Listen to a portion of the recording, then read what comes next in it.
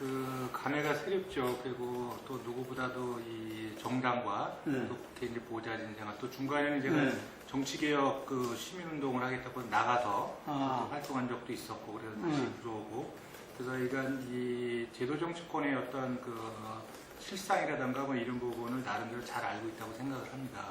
그러다 보니까 이제 사실 어떻게 보면 이제 책임감을 더 많이 느끼게 됩니다. 왜냐면 그 한국 정치에 대한 국민들의 불신 정도가 굉장히 심하기 때문에 그 좀 잘해야 되겠다 이런 생각을 더 많이 갖게 됩니다. 그래서 뭐 정말 일 좀 한다, 밥값 좀 한다, 뭐 이런 평가 그런 얘기를 좀 듣고 싶습니다. 그래서 제가 있는 동안은 더 이상 지금 이제 국회의원들이 일을 제대로 못하니까 세비가 많다, 뭐 특권이 많다, 뭐 이런 여러 가지 논란들이 있지 않겠습니까? 이번 20대 국회에서는 미력하지만 정말 열심히 최선을 다해서 그런 국민들의 어떤 불신과 이런 그 논란이 없는 그런 국회를 만드는 데 일조하고 싶습니다. 뭐 사실 그때 당의 지지율로 봤을 적에 당선을 기대하기는 사실 어려웠던 목소리 번호였고 뭐 그런 부분에서 마음속으로 그래도 잘 됐으면 하는 바람이었지만 실제로 당선을 기대하지는 않았던 그것이 뭐 아마 솔직한 뭐 제 심정이었고, 다만 제가 탈당과 신당 창당을 하는 과정에서 참여했을 적에는 이제 그런 국민들의 마음을 믿은 부분도 있겠지만 이것이 가능성보다는 그 길로 한국 정치에 가야 되는 당위성 때문에 제가 참여한 것이기 때문에 일단 그 비례대표 번호와 상관없이 이번 선거에서 최선을 다해서 적어도 새 정치를 표방하는 국민의당이 어떤 생존 기반을 만드는데 제 역할과 책임을 다해야 되겠다 이런 생각이 더 강했다고 보시면 됩니다. 저는 그 국민의당이 창당하는 그 취지와 정신 배경과 밀접하게 연관이 돼 있다고 보는데요. 그때 국민의당이 나왔을 적에도 국민들이 새로운 정치, 새로운 정당에 대한 기대치가 있었다고 봅니다. 기대치가 있었다고 보고 그런 부분에서 사실 초기에 그런 기대치에 잘 충족하지 못했던 측면이 있기 때문에 국민들께서 그 지지를 걷어들여서 다시 지지율이 빠졌지만 적어도 이제 선거하는 과정에서 기성의 거대 양당들이 또다시 새로운 비전을 보여주지 못하고 어떤 그 과거의 어떤 구태의 모습을 반복하다 보니까 결국은 국민의당의 지지를 거둬들였던 국민들께서 다시 한번 이 정치를 바꿔야 되겠다고 하는 그런 측면에서 아마 지지를 다시 보내주신 걸로 제가 그렇게 알고 있습니다. 결국 지난 이번 그 총선의 어떤 의미나 이런 부분은 국민의당의 격려, 뭐 한번 기회를 준 것 이런 부분도 있겠지만 이제까지 한국 정치를 수십 년 동안 지배했던 거대 양당에 대한 엄중한 심판이고 경고라고 저는 생각합니다. 그 저희가 이제 호남 지역에 이제 저희가 이제 바닥 민심 이런 체크를 하는데 여전히 뭐 바닥 민심은 여론 지지율하고 조금 차이가 있는 것 같습니다. 그래서 본질적으로 아주 국민의당의 지지를 거둬들였다고 보기는 어렵고요. 또 지난 총선에서 호남분들께서 우리 국민의당에 그 전폭적인 지지를 보내주신 것도 제가 그 전폭적인 지지를 완전하게 보내주신 게 아니라 한 번에 어떤 기회를 주신 거라고 생각을 합니다. 기회를 주셨다고 생각을 하기 때문에 그러면 그 호남 분들이 어떤 그 기대하시는 그러한 그 기대치에 충실하게 저희가 그거를 이제 맞춰 나갈 적에 저희가 계속해서 지지를 받는 것이지 그런 걸 잘 못했을 적에 언제든지 지지를 거둬들일 수 있다 이렇게 생각을 하고 있기 때문에 늘 호남에 대해서 막연하게 어떤 의지하려고 하기보다는 늘 긴장감을 가지고 호남이 원하는 것이 무엇인가 그분들의 어떤 새로운 어떤 민주 평화의 어떤 그 자긍심이나 어떤 그 정권 교체에 대한 어떤 기대치 이런 부분을 잘 충족시켜 줄 수 있는 정당으로 국민의당이 끊임없이 변화하고 발전해 나가야 된다. 그럴 때만이 4.13 총선의 지지를 유지할 수 있다 이렇게 생각하고 있습니다. 글쎄 일단은 그 제가 이제 외교통일위원회하고 정보위원회 이 두 개 상원에 계시네. 그러니까 이제 외교통일이라는 부분이 이제 상임위 활동 준비하다 보니까 이제 전문적인 공부가 많이 필요합니다. 그래서 이제 책도 좀 더 많이 봐야 되고 또 이렇게 해서 이거 상임위 활동에 일단 먼저 좀 집중을 좀 하려고 합니다. 더군다나 제가 또 정치발전특별위원회 위원도 같이 겸하고 있거든요.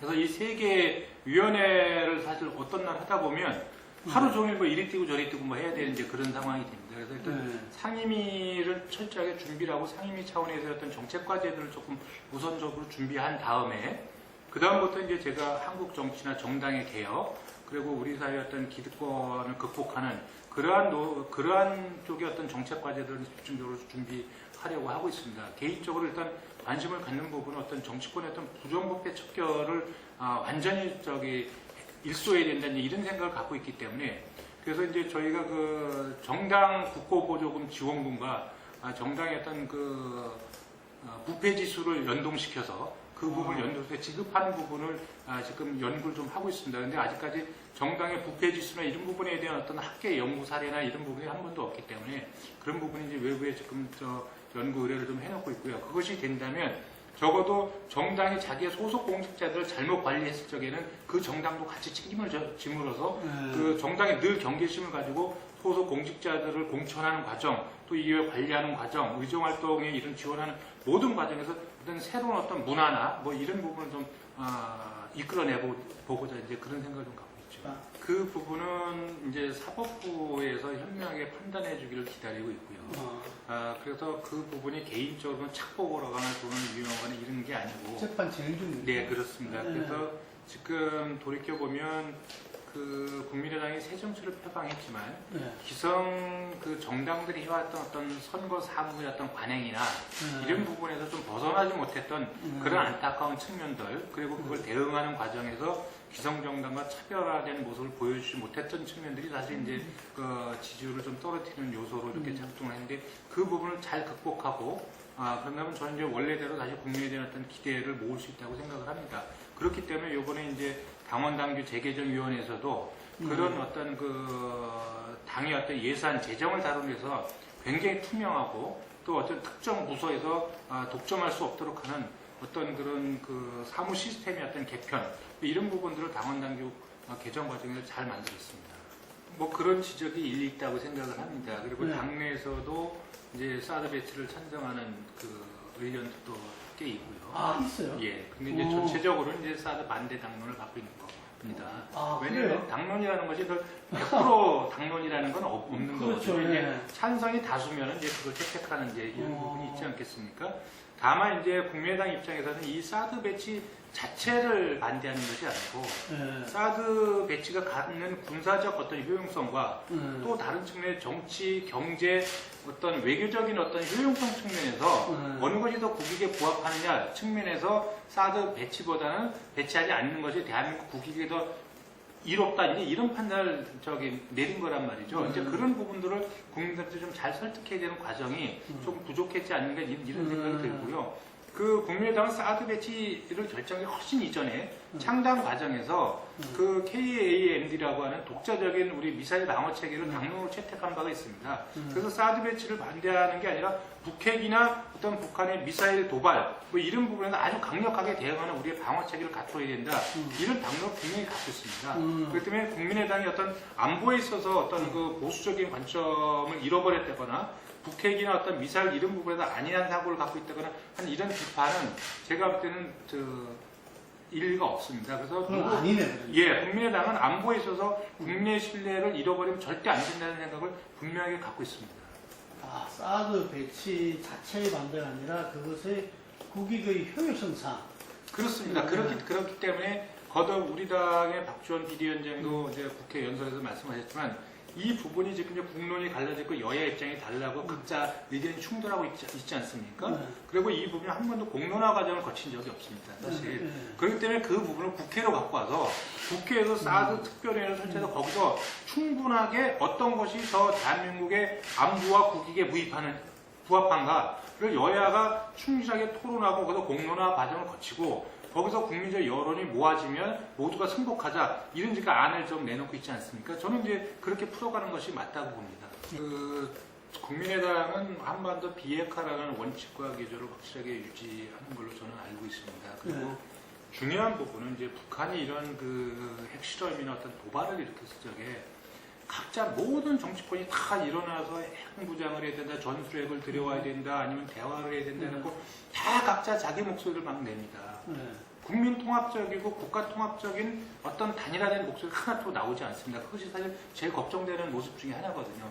저는 이랬을 적에 오히려 내부적으로는 아주 치열하게 토론하지만 대외적으로는 어떻게 보면 대한민국이 조용할 필요도 있다고 생각이 듭니다.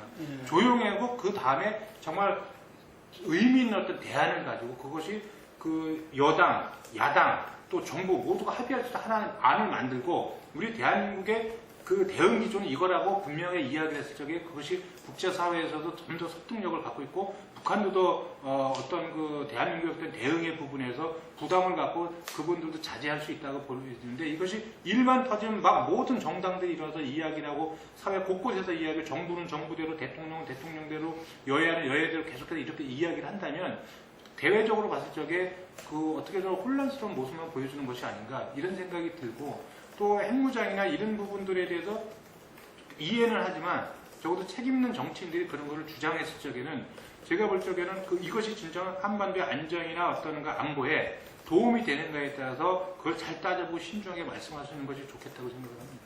예. 핵무장 자체에 대해서 어떻게 보십니까? 저는 개인적으로 반대합니다. 이미 우리가 북한의 그 핵포기를 해서 끊임없이 국제사회 공조를 통해 노력하고 있고 이미 한반도 비핵화 선언을 한 상태에서 북한이 그 핵개발을 멈추지 않는다고 우리도 같이 핵무장을 해나가야 된다 이런 부분은 결국은 한반도의 어떤 긴장을 더 고조시키고 문제를 풀어가기 어렵게 생각하는 것이 아닌가 만드는 것이 아닌가 이렇게 생각하고 있습니다. 그러니까 이것이 이제 4차 핵실험 때도 이제 미리 예측을 못했고 그리고 사실상의 그 북한이 핵실험을 하기 이틀 전에 일본 교토통신원 산케이신문에서는 이걸 예측을 했습니다. 이런 가능성이 있다고. 그럼에도 불구하고 우리 정부는 그걸 몰랐던 것 같습니다. 다만 이제 정보위의 보고는 그럴 개연성을 충분히 알고 있었다고 이렇게 보고는 받았습니다. 그런데 그런 부분이 모순되는 게 뭐냐면 그럼 그런 중요한 시점에서 임박했다고 하면은 저희가 그 전에 그 안전보장에도 소집을 해가지고 북한에도 엄중 경고하고 우리가 만반의 태세를 갖추고 있다는 부분을 분명히 경고를 했으면 국민들 훨씬 안심을 했을 텐데 그 핵실험은 그 시점에 총리와 통일부 장관이 다 없었지 않습니까? 그리고 말씀하신 대로 이제 호중지동 소집했는데 그것이 이제 2시간이 걸린 거죠. 그런데 그런 측면에서 이제 국민들이 정부에 대해서 불안하고 신뢰하기 어렵다는 것입니다. 그러면 저희가 막대한 예산을 씁니다. 국방 예산을 40조 원을 쓰고 있고요. 또 나는 정부 예산도 많이 쓰고 있는데 왜 우리가 그런 부분을 예측하지 못하는가? 이런 부분에서는 정부의 어떤 각성이 필요하고 그런 부분들은 이번에 정기국회 국정감사 과정을 통해서 자세하게 우리 정부의 정부 능력이 정말 어디에 와 있는지 우리가 북한의 어떤 핵실험이나 미사일 도발에 이런 걸 사전에 얼마나 예측하고 저희가 대응할 수 있는지 이 역량에 대해서는 철저하게 따져봐야 된다고 생각을 합니다. 저는 뭐 개인적으로는 안 대표께서 조금 더 그 준비의 시간, 어떤 그 자기 정리의 시간을 한번 갖고 그 자기 정리 속에서 이제 새로운 비전과 솔루션을 좀 준비하셨으면 하는 바람이 있고요.